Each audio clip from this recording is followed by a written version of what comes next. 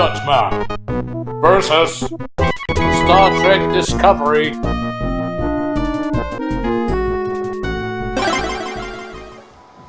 Hi, quick recap. I really like Star Trek, watched it for many years. I'm really not quite sure what to make of the new one. Star Trek Discovery just aired on CBS and it's on the Dutch Netflix, and I have this weird nagging sensation where the Orville is more Star Trek than the new Star Trek. This is not meant to be an insult towards the new Star Trek Discovery, as so much as I was saying about the Orville, that it's basically just that setting but with weird awkward Family Guy jokes. With Discovery, how do I put this? If you think that the J.J. Abrams films are huge deviations of what Star Trek lore is, if you see a huge discrepancy, a difference between the films and most of the episodes, aside from the fact that some of the films are like more of what the TV shows were, I'm looking at you, Star Trek Insurrection, Search for Spock, but that aside, Star Trek Discovery is a completely new thing again. Star Trek Discovery is basically another step back into the lore of Star Trek. We've been around this block so many times. Everybody kind of knows what Star Trek is. So when they think of Star Trek, they'll imagine like this impeccably clean bridge and technology that lets you teleport everywhere and go with a huge spaceship really quick like. And the Next Generation brand is basically what we're stuck with. That's not a bad thing, but out of all the series, that's like the era that we've spent the most time with. So most people would be the most, knowledgeable of these series. They tried to sidestep that a little bit with Enterprise, but then you're fighting against how do I create a more of the same world without contradicting what has already come before. I.e., you can't do the same thing twice. You can't have the first encounter with a new species. You can't have, the same kind of plot twists and turnabouts that you'd expect. So then you're stuck with, what do I do with this? Enterprise handled that very poorly. So instead of giving us new J.J. Abrams Star Trek set in some kind of a different generation, they take another step further back into the past with Star Trek Discovery. We end up, several years before the original series even begins, before Enterprise is even off the floor, really, I think. It's really hard for me because there's a part of me that says, don't go down these routes again because we've already been here. Mind you, then the show itself came on and gives off Star Trek vibes, but I never had the feeling I was watching Star Trek. Like, the technology was recognizable, but like I said, the same thing happened with the Orville. The Orville is 99% Star Trek, and this was, they set Vulcans, they set Klingons, but I'm still not wholly convinced that these are the Vulcans and the Klingons. And we'll get back to the Klingons in a bit. Especially the opening two-parter, which starts off with the Vulcan hello. It's very action, war-like, dramatic.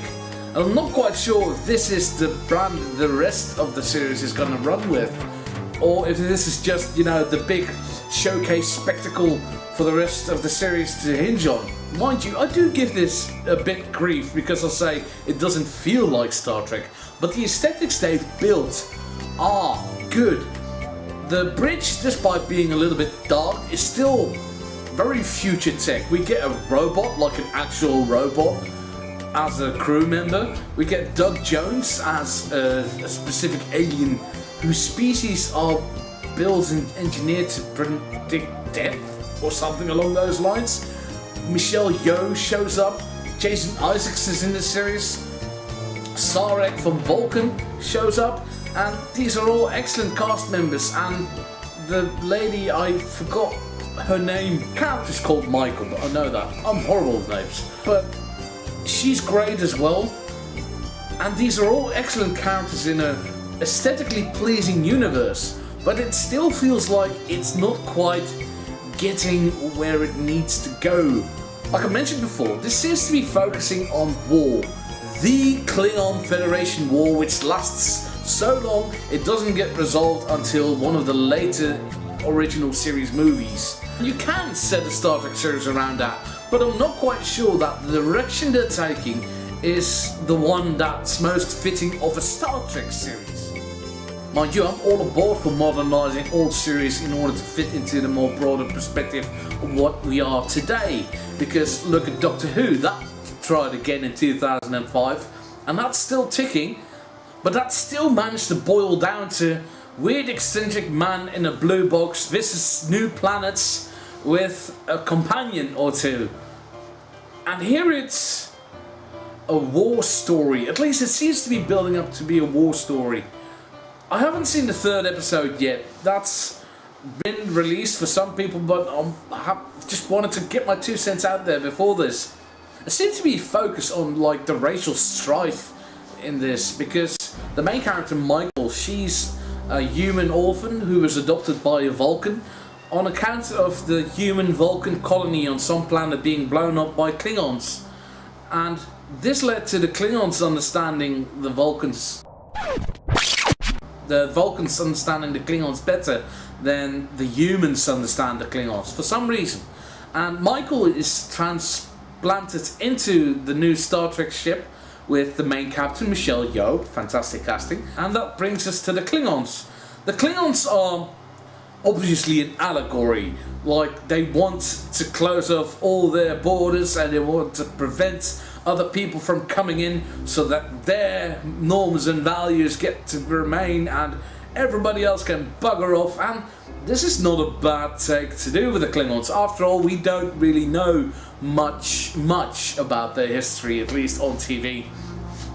There's a huge glaring thing here. The Klingons have had a makeover. A drastic makeover. As we all know, in the original series, the Klingons just looked like human beings with bushy eyebrows and facial hair with a bad spray tan. Their makeup got upgraded in the original series movies with the ridges and the actual dark brown skin. This continued until the Next Generation, Deep Space Nine, and we got even an episode somewhere in Enterprise which explained why all Klingons in the original series looked so much drastically different from the Klingons how we know Klingons look like. So then Star Trek Discovery rolls along and the Klingons look completely different once again. They don't even look similar like J.J. Abrams' Klingons, which still kind of resembled the old mold. Here the Klingons are all like ink black, unless they're albino, and they have 4 nostrils, and their ridges aren't really ridges, they're like completely defining of a face, and they have no hair. It seems even with the uniform they have, it doesn't resemble anything they'll have. And this is like set, I believe, 10 years before the original series starts. This is so weird. I don't know, they better do something with this, because there's a huge part of my complaining nerd section of myself which just wants me to go like, no, that's not the Klingons, you're fucking up the Klingons, stop fucking up the Klingons. So yeah, I'll keep watching this because I want to give it a shot, because I want to see what they're doing with it. Especially seeing as the cast is top notch. And it's just sad when I've watched the Orville, like I said I wouldn't, but I did. And the episode 3 was actually pretty good. That feels like blasphemy. And then I'm watching this and it feels a bit subpar. That's harsh, that sounds really harsh.